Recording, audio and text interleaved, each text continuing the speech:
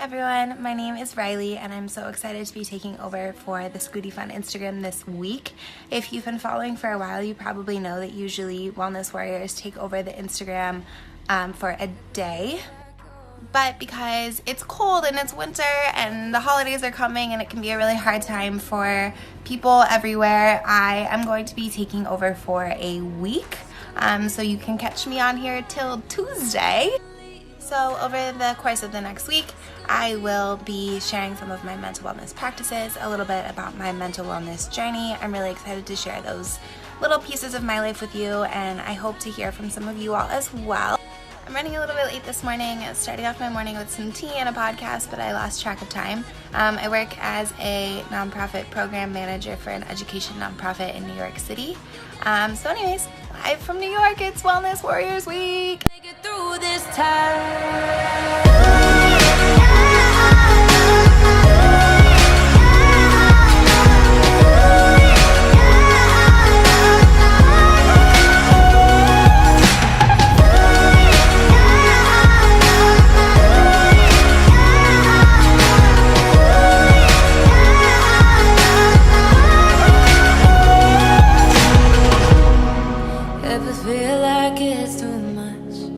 So I thought that right now would be a good second for me to share why I think that the Scooty Fun's mission is so important and why I make mental wellness a priority in my own life.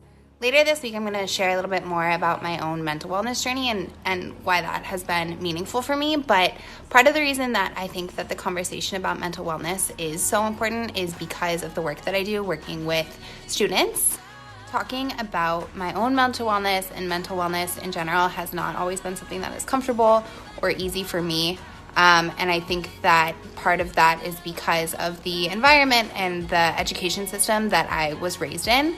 So now, as an adult working in the education system, I have made it a priority to work with students to normalize emotions and hopefully destigmatize some of the challenges that we all face as human beings. And my hope in doing that is to foster more empathetic classrooms and environments for young people to have an understanding of what others are bringing to the table and also to be forgiving of themselves when they are facing challenges.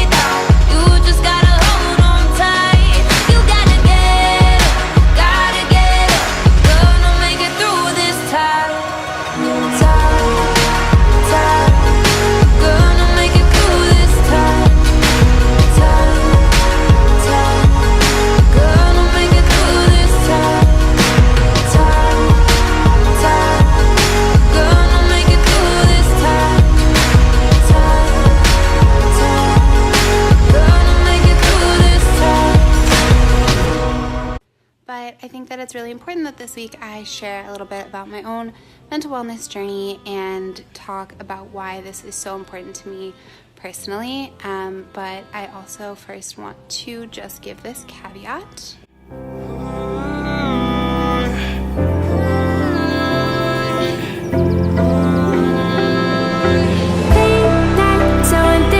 Talking about mental wellness was not part of my environment growing up, and as a result, I developed a serious eating disorder and a reliance on substances as a coping mechanism, even though it was not healthy.